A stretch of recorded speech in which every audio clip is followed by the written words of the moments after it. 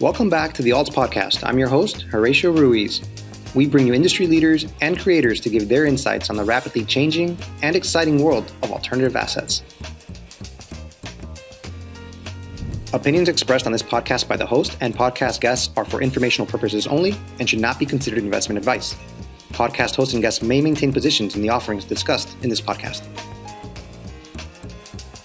The intro song, Fishing for Pets, is written and composed by Alan Goldshire from his latest release, Live at the Lakeview Lounge.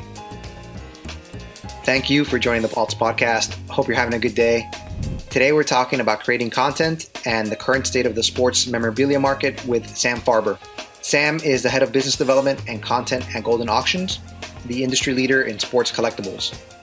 In this episode, we talk about the importance of creating content to stay relevant, the cyclical nature of the sports marketplace, and future projects at Goldin. We begin today's episode talking about the Jackie Robinson-themed auction at Goldin, celebrating the 75th anniversary of his historic Major League Baseball debut. I hope you enjoy my conversation with Sam. All right, guys. So thank you, Sam, for joining us on the Alts Podcast today. Really appreciate you being with us. Thank you so much for having me. I'm excited to be here. Absolutely. Sam, I heard a podcast, I don't know, I think maybe it might have been on Collectible with Alan, where you talked about your most recent their auction that's ongoing right now, and it's like a Jackie Robinson themed auction, and you got to actually hold his jersey, a game used jersey. And I just thought, I put myself in your shoes for a minute there and just thought about how cool that would be. Could you talk about that, about that item and the auction in general? Yeah, so we do have a Jackie Robinson themed auction that actually just went live. So anyone who wants to can actually go in there and place bids on it. And the three of the marquee items in that auction are items that Jackie Robinson himself, used, wore, and were gifted. And I can talk through them because they're pretty crazy. And sometimes being in this industry, you can get desensitized to just seeing tens of millions of dollars of cards on a table or insane historic artifacts right in front of you. But there are certain things that really transcend even the insane amount of stuff that we come across in our field. And for me, as somebody who grew up a diehard baseball fan, I grew up in Boston, so I wasn't a Dodger fan, but I grew up a diehard baseball fan. And I think baseball of all sports is so tied to its history. And Jackie is just like in this like rarefied air as a public figure, as a civil rights activist, and as a player. And so it's so unusual when you actually get the opportunity to like touch something that was his, that he wore, that he used in a game. So we have three unbelievable items in this auction. One of them is a 1951 game worn jersey, which is, it's in beautiful condition. It's incredible. And it was just like, as I said, it was just like a real treat to hold that in my hands and like imagine that he actually wore it in a game. We also have a bat that he used in the 1949 All-Star game. Wow. So a bat that he used in that game, and it's in really good condition. You actually don't appreciate like how heavy those bats were back then. We sold a Ty Cobb bat in our past auction, and the thing is pretty heavy. You don't appreciate that like everybody back then, the like exercise and weightlifting regimens weren't quite what they are today. These guys are like wielding these like actual like trees at the plate. Yeah. So we have that.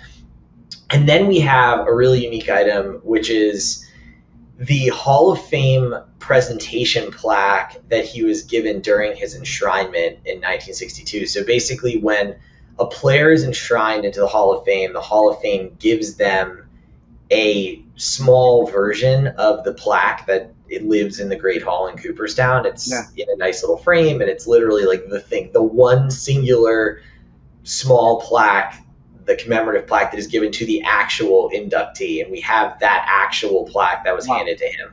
So we have other Jackie Robinson items, with crazy cards in there. We have other game-worn bats, or game-used bats. But those three things to me are just like, they definitely sit atop the heap in terms of just like completely unique, special, like once-in-a-lifetime stuff that's available. Yeah, I love seeing things like that. I love seeing things with like historic value. that always catches my attention. And it's not just like, and it goes beyond the card, right? It's actually something that, I don't know, it has significance, extra significance, I should say. So that's really cool.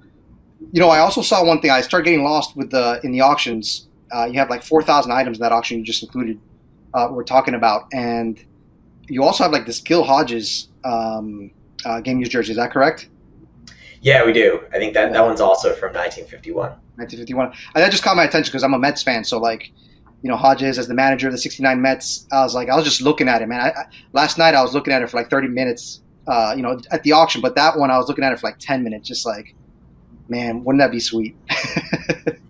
I mean, I honestly, as an asset class, I mean, I'll parrot Ken because I know that Ken personally is a huge game worn memorabilia collector and always has been, just something that speaks to him. But I still think that the game worn collectibles are undervalued. I really do. I think they're undervalued. When you look at where they're priced and what they go for relative to trading cards, and I love trading cards too, but when you look at where they go relative to trading cards, it's kind of crazy sometimes, where you see like a modern card that'll sell for multiple times like the actual game worn jersey that a Hall of Fame player wore, in pivotal moments in their best season. It's crazy, and we've definitely seen an upward trend on the game worn memorabilia and game worn collectibles market, but I still think there's just a lot of room there because this stuff it's history. I mean, just as for you, that was actually worn by like this iconic guy, an iconic baseball legend, manager of the '69 Mets, it's truly, these are like truly one of ones, right? I mean, it's like the only, like there's tiny, like most of these things are just one of a kind, like unique things that are honestly just like priceless parts of history. So I love that stuff. I hear you. Yeah, absolutely. Absolutely. So that's what's going on at Goldin right now. Awesome thing. And I kind of want to mention one more thing because I'm noticing a collision. You had some interesting items. You had a couple of tickets, F1 tickets of Ayrton Senna's first like podium, his first victory, and so for me it was an interesting collision between F1, which is like zooming up, with tickets, which is another market that is coming up. And I just found that I wonder how these items are going to do because Senna is like a legendary figure in the sport, and now I'm kind of wondering, this would be similar to, I don't know, having, I can't think of something right now, but I mean, because it's such an individual sport, but maybe a player's first touchdown in football, or maybe even a first championship. It's kind of like it has historic significance. No question. And I had the same reaction. It was really interesting to see. And it's funny, as you see the ticket market exploding, you start to see it branching out into other sports. I mean, I think it's not crazy to think that it'll branch out into other things. I mean, we see it with concerts. We see it with, there will probably be some original movie tickets and things like that come out because they're a piece of history. But yeah, I think with F1, as there's just been so much interest and so much activity there across F1 collectibles, I'm very curious to see what the price is because that market is sorting itself out. And as you said, the ticket market is sorting itself out, but yeah, it stands to reason that those should be very, very desirable items, just as the debut of like all-time legends. Tickets are also insanely desirable, and we see those prices like honestly continuing to like top each other for some of those really, really special tickets. We've got another Mantle debut in here, Brady debut, which always does well. We have Larry Bird debut. I'm a big Boston sports fan, big Celtic fan, so that will definitely get out of my price range as a buyer very quickly. But I'm super excited to see where that ends up.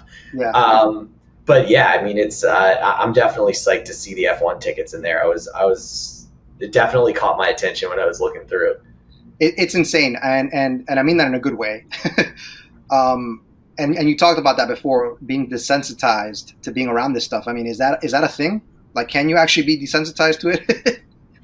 I think you can be desensitized to almost anything, right? It's in my last job, you were around NBA players and around celebrities and around all sorts of folks, and at first your head is spinning when you're in the same room as some of these guys. And then after time, you're like, okay, you like, it's no less cool than it was. It's just that it doesn't quite like, just knock your socks off the way it did that, the first time. I'll never forget the first time I was ever around famous, like the top echelon NBA players. I went to the blue and white team scrimmage. I think it was 2010. It was at Radio City, and they were scrimmaging each other. So it was the U.S. team, and it was an extended pool.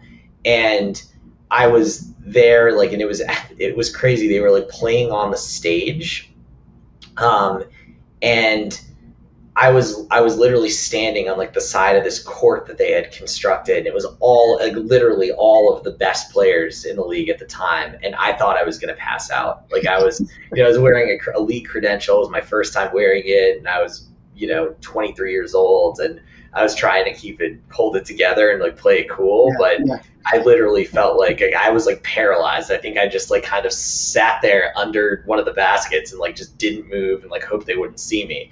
But over time, of course, I got more comfortable. So I think it's the same thing here. It's like the first time that you hold a T206 Honus Wagner, or you hold a Jordan game worn jersey or something like that in your hand. It's like, oh my God, it's like the most insane, like religious experience.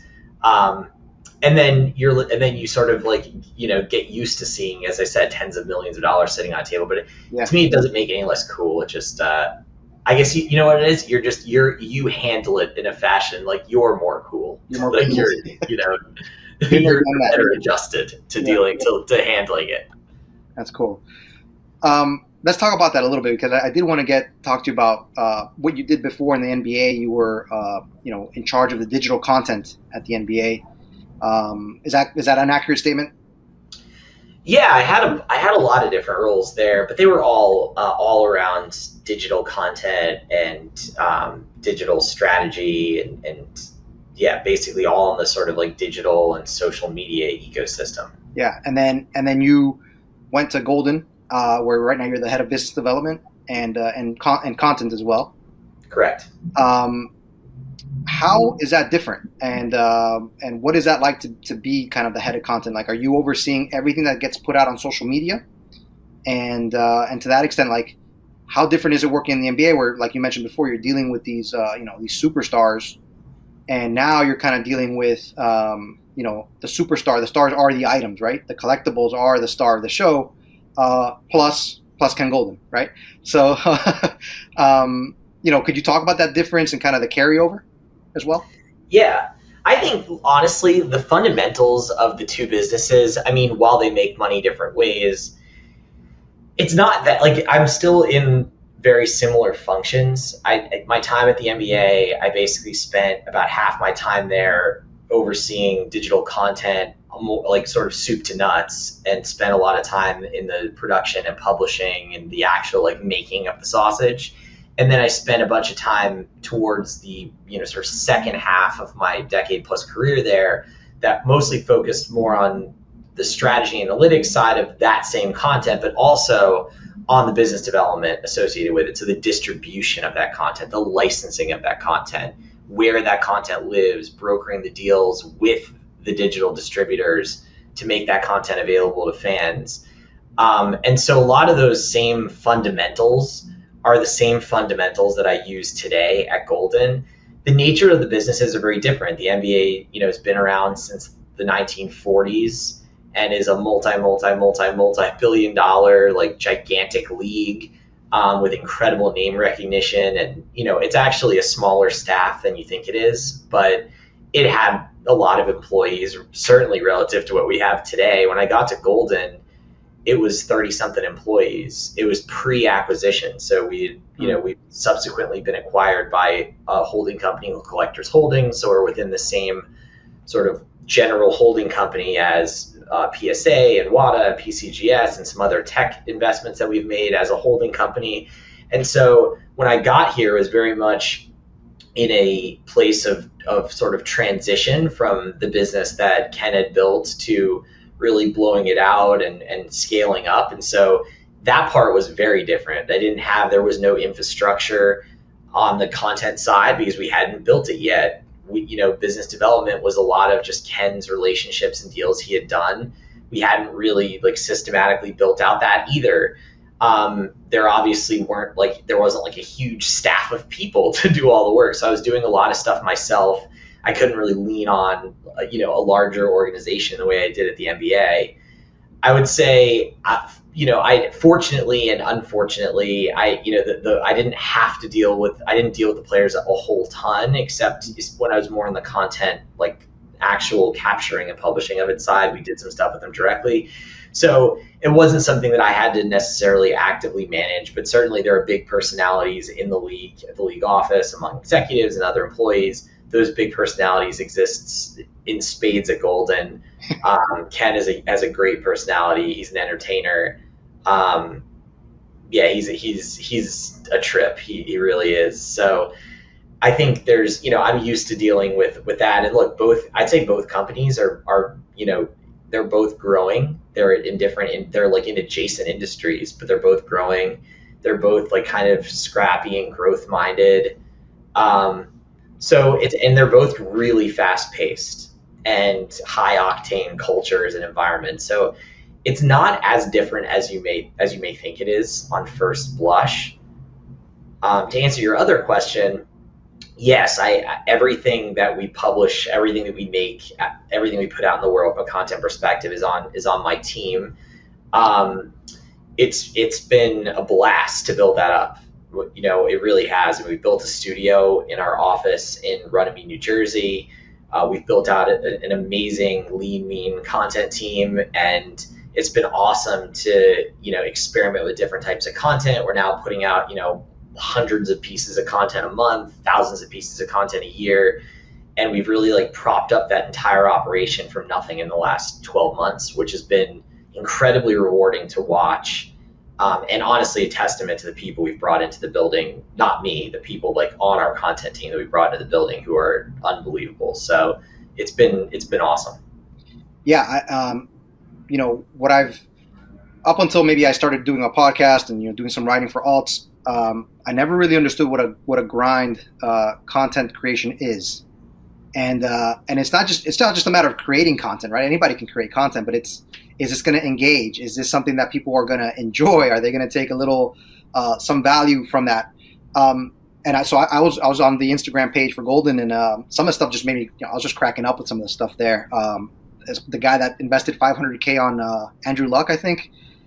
Yeah. I was like, oh my goodness, and it's just a video of him just going through thousands of Andrew Luck cards. I was like, what is this? So I get, my question is like, what is that like? I mean, you say it's a ton of fun. Is there sort of a pressure cooker to stay relevant? And like you said, it's always changing. So you almost have to like, be aware of what's happening, right? The news cycle, what's happening now. No doubt. Yeah. I mean, I think there is a pressure cooker in this industry because even in the time that I've been here, so I've been at Goldin now for a little over a year, as of a week ago. So like someone like week 53. And in that year, the entire industry has gotten a heck of a lot more competitive on every front. It's, players coming in that do almost anything. And the content has gotten a lot more robust. The competition for eyeballs is robust. And then you have to pan out. And this is what, Adam Silver used to say this at the NBA, and I'm sure he still does.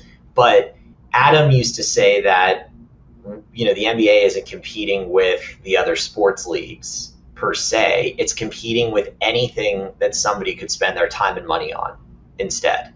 And so if you have a Friday night and $150, you could choose to buy a couple tickets to a game and go to a game, or you could choose to go with your significant other out to dinner. You could choose to do almost anything with that money. It's not necessarily, hey, I'm watching the NFL and not watching another sport. It's often not that. It's actually much more of like a macro competition than that, right? It's like you could watch a basketball game, or you could watch Netflix, or you could watch HBO Max. Yeah.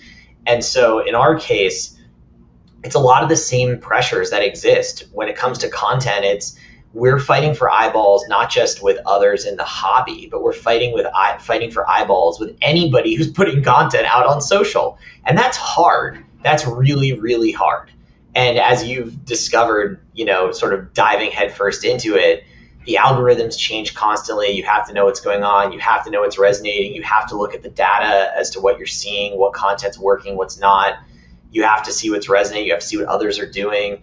Like, you have to have your head on the swivel. And in addition, what I think makes running a corporate quote unquote account challenging is that you just can't go like, oh, I'm just going to make a viral hit account or whatever it might be, because that's like, we're selling things. We have a business to run. Like, we've got to, we have to service our consigners, the sellers of all the incredible things that are in our auction. We don't own those things, they do. And I want to make sure that we're telling the story of the things that they're selling. And I want to make sure that they're being serviced, that we're providing that to them. So it's like, how do you achieve the company's goals? How do you further the business while simultaneously adhering to all the best practices that are constantly changing on every single platform? And then on top of all of that, how do you actually break through and remain relevant and get the necessary eyeballs? And how do you do all of that while literally hurtling through the air at a ridiculous speed? And that's basically what content is like. So yeah, it's definitely very challenging. And it's almost like it's art, right? Putting out some of this stuff, even if it's a 30-second clip, there's a certain art to it. With that being said, this is just kind of an aside. I mean, is there that danger? Is there that worry at an auction house like Goldin? I mean, there's a bunch of great auction houses, right? And I know you don't want to come at it from a point of arrogance or a point of, well, here we are. We're owned by Collectors Universe, the holding group. Or is that dangerous? Is that a dangerous way to think? It's a very dangerous way to think. I mean, we can't at any point rest on our laurels. We've built a great brand. Ken is one of a kind, and he'll remain a huge differentiator for our company and a competitive advantage for our company. We've been fortunate through a lot of the work that he put in over the last 10 years before any of us got here, we've built up an amazing customer base, and we have a track record of getting big prices, which does in a way give us a leg up to get great consignment. Like, one of the the not so secrets of the industry is that supply is the most important thing, right? It's supply often, especially in the super unique memorabilia category or cards or whatever it might be, supply typically drives demand, because if there's things that are truly one of a kind, a lot of the collectors will find it. Certainly we have to market and we have to put content out there, and we have to do everything we can to make sure we get eyeballs, but supply is essential. And so a lot of the work that Ken's done has given us access to incredible supply and will continue to give us access to it. But that's not even close to enough to rest. And right. As I mentioned earlier, there are new entrants coming in all the time. What we've noticed is that buyers and sellers are more and more and more educated. They know what things should go for. There have been more sales, even of rare things, so they know what the market is. When you have competition among a bunch of different competitors for their business and for those consignments, can create price wars. There's just a lot of stuff out there, and so it's on us to make sure that we're continuing to evolve in every facet of our business.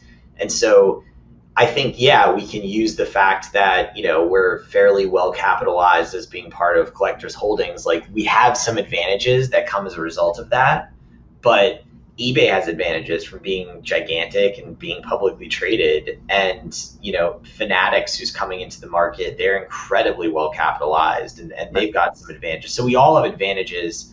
I think for the moment we just start to lean on those and take our foot off the gas is when you get in trouble. So we're very much of the continually iterate. We're very much of the growth mindset. That's there's zero complacence in our company. I can assure you that. Yeah, awesome. And part of that, always kind of having one foot forward, that growth mindset. And in fact, we could talk about that. The most recent piece of content that grabbed headlines everywhere, at least if you were on Twitter or on Instagram, was Drake, which is it's huge. I think people don't really. I still don't.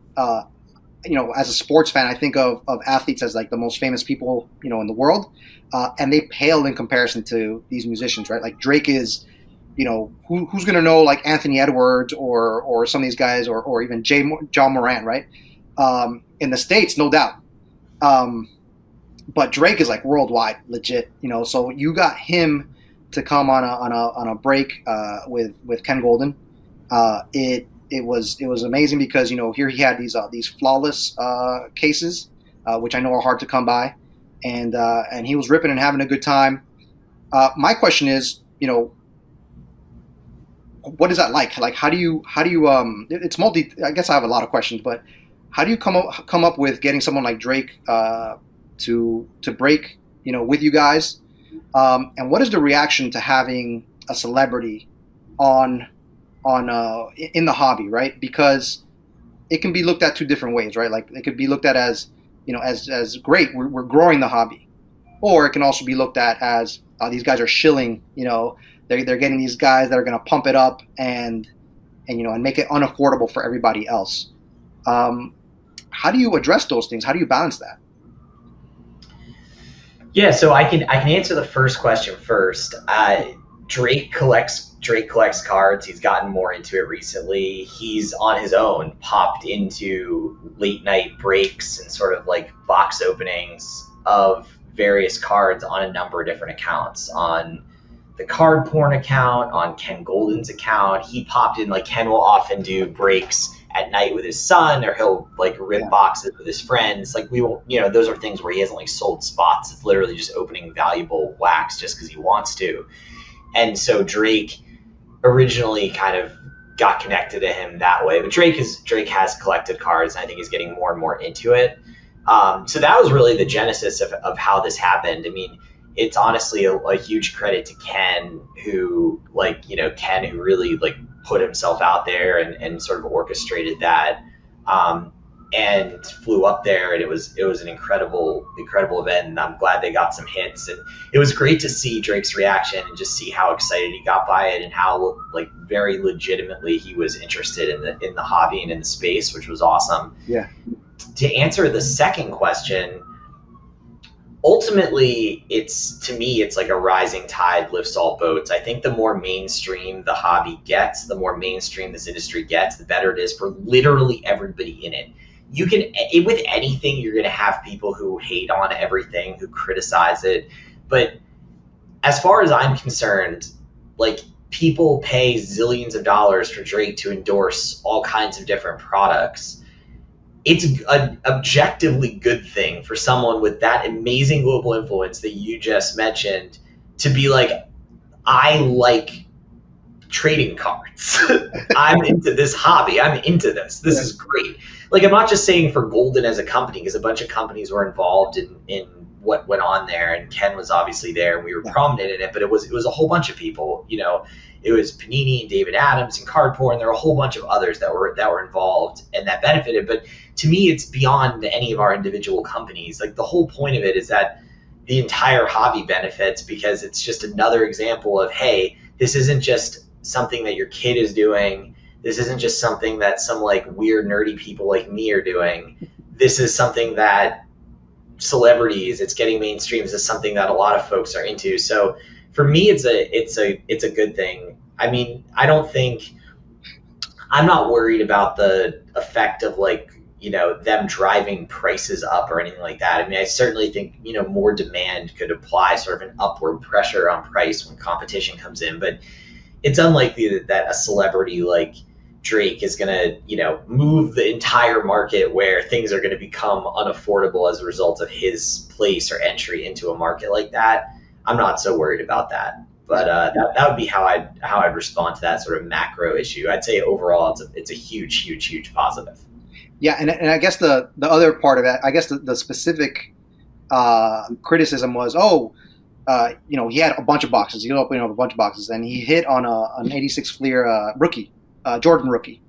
And everyone's like, that's got to be planted. There's no way that he just happened to get that. And I'm hearing all sides from it, like on social media. Like, you really think that somehow they were able to plant this rookie, Jordan rookie card? Could you kind of give us like maybe some, if you can, like some sort of background on like how difficult that is, and kind of like just how things aren't really the way that, the conspiracy theories out there, right? That it's just not the case. I mean, so what really happened is I bought a DeLorean. I went back to 1986 and I went into the factory and no, just kidding. No, that would be crazy. There's no way to plant stuff. So what I think a lot of people don't know is that there are MJ rookies in every one of those boxes. Yeah. I believe, and I'd have to confirm this, I believe the number is 3. I think it's 3 cards and 2 stickers are like the average of what's in one of those boxes.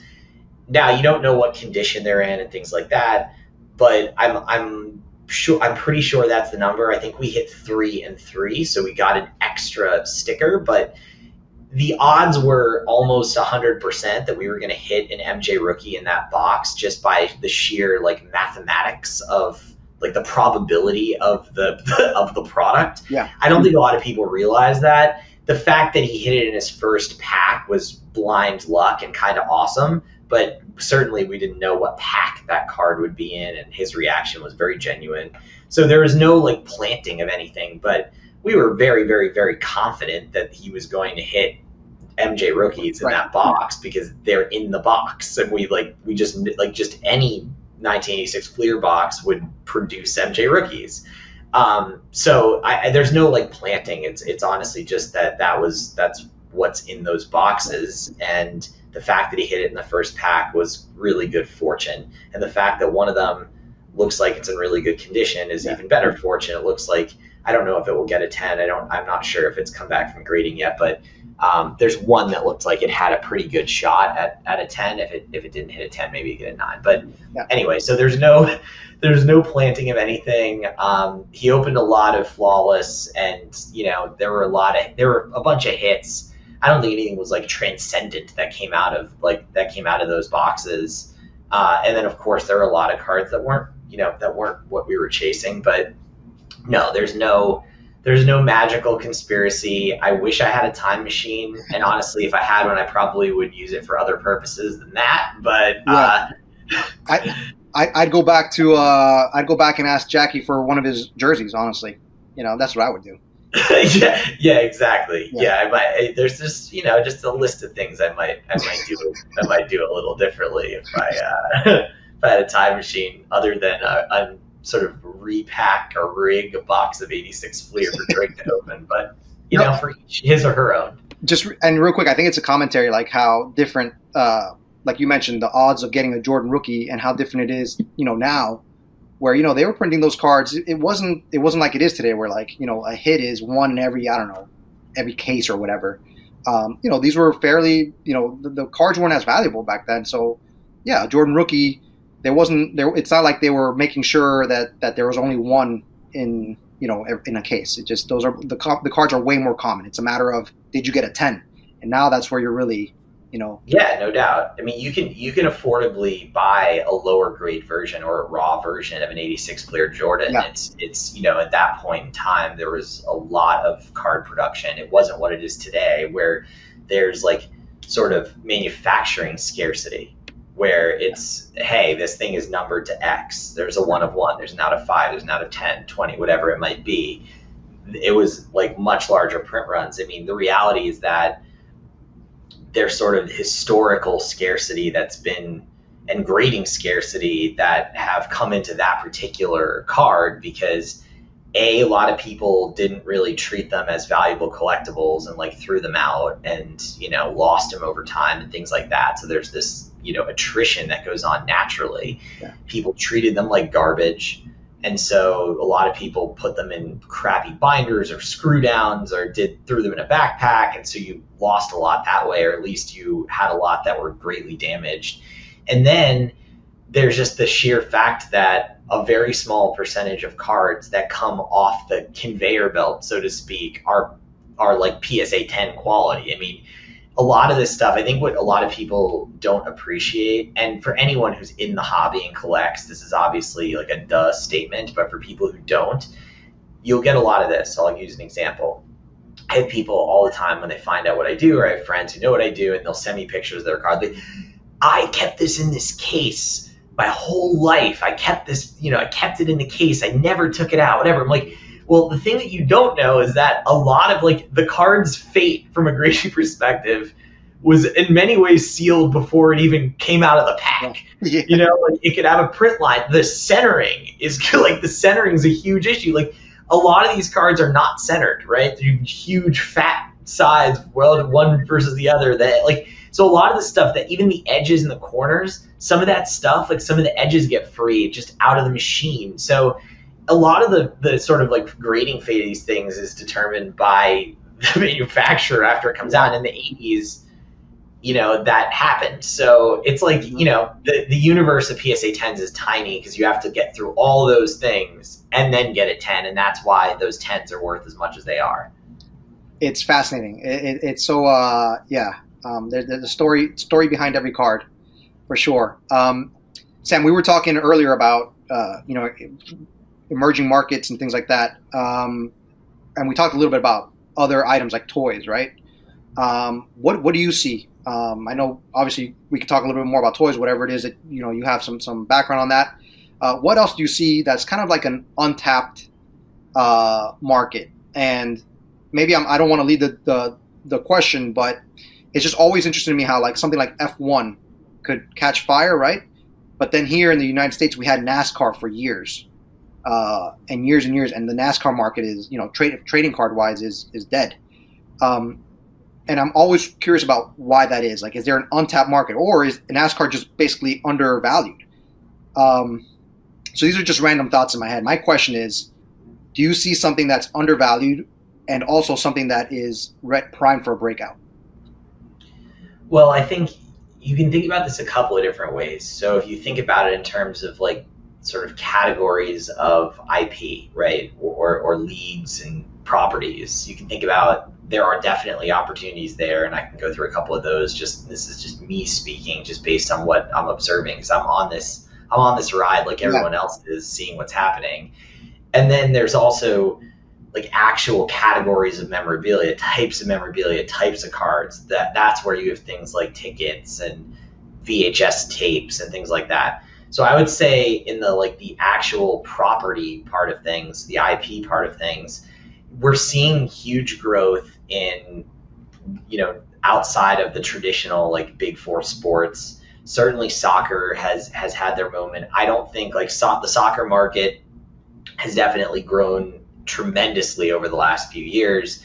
I think that market still has room, considering the World Cup is happening in November.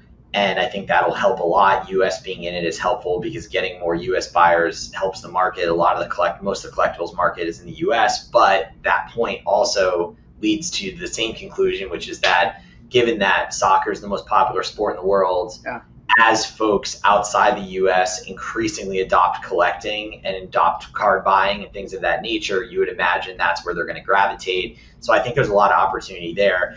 I think to address F1 specifically, Drive to Survive is probably the catalyst that moved that market to where it is. And you've seen it's not just cards. You saw their ratings. I mean, they're adding races in the US. Their ratings are their US numbers are at all-time highs. I think that reality show has been a huge hit for them. There's only 20 drivers, which means that they're all gigantic global superstars, and now they're becoming celebrities in the United States, where collecting is very popular. And so I think that's a lot of what's going into it. I believe NASCAR is doing something similar. I think it's like the USTA is doing something similar. I think PGA is doing something similar. I think a lot of properties are actually going to create a sort of Drive to Survive type model, which is really like popularized by Hard Knocks, like a bunch of years ago at the NFL and HBO. So I think that all those things could have their moment, right? It's like if NASCAR's version of Drive to Survive ends up being a huge hit and tons of people fall in love with the drivers and the racing teams and start watching the races, it stands to reason that they'll want to collect them. That's not crazy to me, but you're seeing it. UFC cards doing really well, WWE cards doing really, really well. you're seeing a lot of folks that are also buying cards of celebrities and people that are, the non-athletes, which is also, again, it's just like a lot of the fundamentals of the market would lead you to conclude that that's not that surprising that that's happening, but a lot of that stuff is happening. Is that speculation though? Would that be? I mean, if you're going to that end, is that more speculation? What do you think, or is that really a market that's primed for breakout? That's always what I'm wondering. I mean, it's all speculative in a sense. I mean, I think look, I'm working here and I'm long this entire industry. I think within it, you're going to have no market goes up forever. You're going to have rise and fall. I think people think too much in terms of absolutes. So it's a very, very, very all or nothing binary. Everyone thinks of, it's a bubble and the bubble will burst. Well, I don't really subscribe to that type of thinking. It's more, okay, a market might get hot, a market might cool down, different sort of sub markets within it can go up and down. So I think you'll see, in my opinion, I think a lot of those markets, a lot of those products are going to over time be on an upward trajectory, whether that's up and to the right in a flat line, or if it's hyperbolic growth, or exponential growth. I don't know. I mean, I think anything is somewhat speculative in the sense that you don't know what the future holds, but I think as long as there's demand and people continue to find those things valuable, they'll continue to hold value. I think honestly, it really comes down to that. It comes down to the fact that do people enjoy this stuff, or do you want to have a Beyonce card? There's a point in time where most people are like, nah, I don't really want a card of a singer. Then it's going to hurt the market, and I think the advantage sports have is that the sports card market has existed for a really long time and has stood the test of time. Not without its own trials and tribulations, the junk era and all that stuff that happened and overproduction, and then it got back on track, and now it's in an amazing growth phase. But that market has shown that it's been there and it's consistent and people have found value in it. And so I think that for people that feels less speculative and feels safer. But I would say with other types of cards, time will tell, but it doesn't seem crazy to me. These other types of cards, it makes sense. It makes a ton of sense to me. Yeah, definitely. I'm just trying to digest that whole thing, because you're right. I like what you said. You don't subscribe to this idea of it being a bubble, but that you're long. I mean, you're in it, right? This part of your career, and you see that how much enjoyment people get out of collecting, right? Whatever it is that they are collecting. Sam, last question, and a couple last wrapping it up, and I appreciate your time. Head of content, there's something I'm really curious about. We talked about Netflix type shows. I know that Goldin has had something planned for a while, and that's going to be something that I'm looking forward to. Could you talk about that? About this kind of Netflix Goldin partnership and what that might look like? Yeah, for sure. So we sold the show to Netflix. It's being created by a company called Wheelhouse, which made Pawn Stars. So Brett Montgomery founded that company. He has a great history of creating reality shows and all kinds of different content, frankly. But he's definitely not a stranger to this sort of type of industry and this type of context, as Pawn Stars is all about the crazy, unique, amazing, valuable stuff that came into that pawn shop. Yeah. That was the basis of the show. The show is going to be centered around Ken. Ken, for anybody who's encountered Ken, is a larger than life figure and has amazing, famous friends, and has and just is a huge personality. But it's also going to be about this stuff that we come across, on a daily basis. But it's really focused on the really, really special stuff. So it's, somebody might bring us something that's truly unique and wants to get a value on it and might want to sell it, or we might have to convince them to let it go.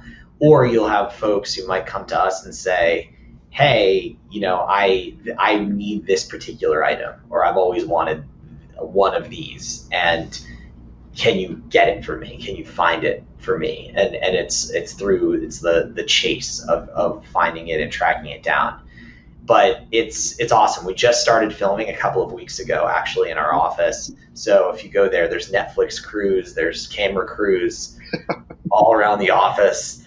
And so we're going to be filming for the next few months, and going to be filming a lot of amazing things with guests and celebrities and athletes, and just a really amazing roster, which I'm contractually not allowed to say anything about.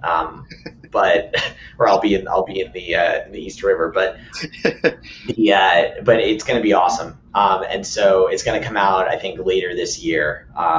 But yeah, we're super excited about it. We also think, obviously, it's great for the company and great for us, but just like the Drake thing, I think it's great for the hobby, right? It's just, hey, somebody may be browsed around Netflix and get into it and, watch the episodes and decide they want to collect again, or be like, hey, you know what? I wonder where those baseball cards are in my parents' attic, and I think it will be a great way to help continue our effort to make it more mainstream for everybody. So we're very excited. Agreed. Have you cast who's going to be the Chum Lee for you guys? We have some epic characters actually in our office that are.